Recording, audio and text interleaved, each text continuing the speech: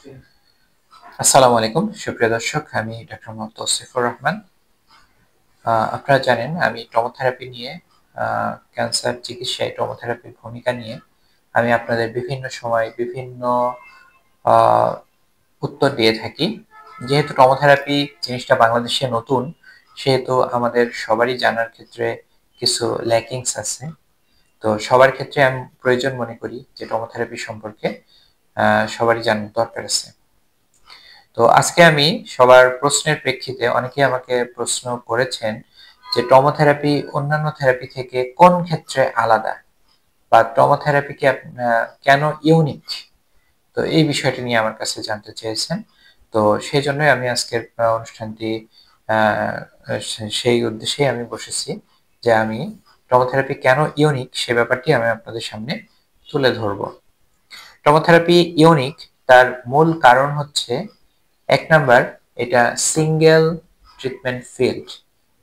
আমরা দেখি অন্যান্য রেডিওথেরাপি টেকনিকে, আমরা যদি আইএমআরটি টেকনিক যদি করি অন্যান্য টেকনিকে, অন্যান্য রেডিওথেরাপি মেশিনে দেখা যাচ্ছে সেগুলো অ্যাডভান্স রেডিওথেরাপি টেকনোলজি বলতে আমরা বুঝি 3D CRT, আইএমআরটি, ভিম্যাট। এই টেকনোলজিগুলোকে আমরা বর্তমানে বাংলাদেশে ইউজ করে থাকি। তো সেইটার সাথে যদি তুলনা করি, একটা আইএমআরটি চিকিৎসা করতে গেলে অনেকগুলো ফিল্ডের দরকার হয়, সেটা 5টা 7টা 8টা এরকম ফিল্ডও দরকার হয়। কিন্তু টমোথেরাপি দিতে গেলে শুধুমাত্র একটা মাত্র ট্রিটমেন্ট ফিল্ডে এটা রেডিওথেরাপি দিতে সক্ষম।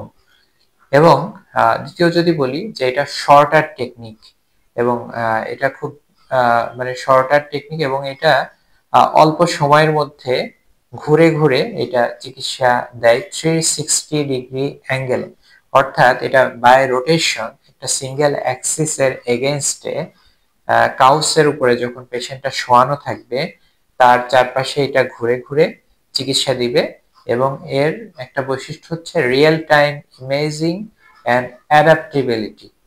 অর্থাৎ এর ভিতরে একটা CT scan, inbuilt CT scan রয়েছে, এবং সেটা রিয়েল টাইম ইমেজিং এর মাধ্যমে, অর্থাৎ আইজিআরটি টেকনিকের মাধ্যমে, ইমেজ গাইডেড রেডিওথেরাপি টেকনিকের মাধ্যমে এটা ট্রিটমেন্ট ভলিউমটাকে এটা অ্যাডাপ্ট করতে পারে। অর্থাৎ টিউমার সাইজ ছোট হওয়ার সাথে সাথে এটার ফিল্ড সাইজও আস্তে আস্তে শ্রিঙ্ক হতে পারে, এবং এই শ্রিঙ্ক হওয়ার কারণে দেখা যায় যে এটা নিজে নিজে এই কাজটা করে, এবং তার মাধ্যমে আমাদের যেই অন্যান্য আশেপাশের যেই নর্মাল ক্যান্সার, নর্মাল সেল এবং নর্মাল টিস্যু এবং অন্যান্য ভাইটাল অর্গান যেগুলো রয়েছে সেগুলোতে সে ডোজ দেয় না, বা সেগুলো সাইড ইফেক্ট থেকে মুক্ত থাকে। তো সুতরাং এই ব্যাপারগুলো এছাড়াও যদি আমি বলি যে এইটাতে যে ট্রিটমেন্ট ভলিউম, সেই ভলিউমে অপটিমাম ডোজ দেওয়া সম্ভব হয়। অনেক ক্ষেত্রে দেখা যায় যে টেকনিক্যাল ব্যাপারটা মাথায় রেখে যে অন্যান্য অর্গানে ডোজ বেশি পেয়ে যাবে, বিশেষ করে হেড নেক ক্যান্সার, ব্রেইন, এসব জায়গায় চিকিৎসার ক্ষেত্রে যেখানে যার আশেপাশে অনেক ভাইটাল স্ট্রাকচার আছে।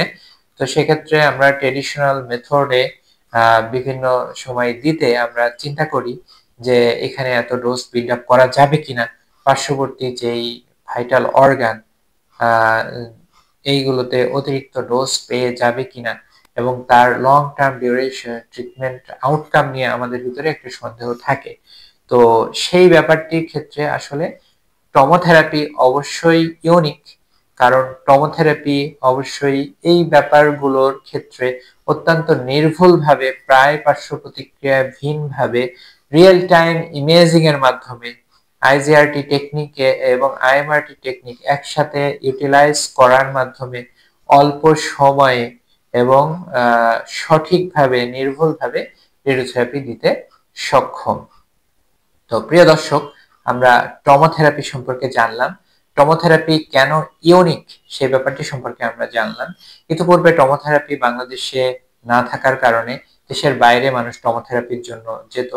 বর্তমানে দেশেই টমোথেরাপির মাধ্যমে ক্যান্সারের চিকিৎসা দেওয়া সম্ভব। তো প্রিয় দর্শক, আসুন আমরা নিজে সচেতন হই, পরিবার এবং সমাজকে সচেতন করি। আমার আপনার সকলের ঐকান্তিক প্রচেষ্টায় দূর হোক ক্যান্সার চিকিৎসার সকল অন্তরায়। সবাই ভালো থাকবেন, সবাইকে অসংখ্য ধন্যবাদ। আসসালামু আলাইকুম।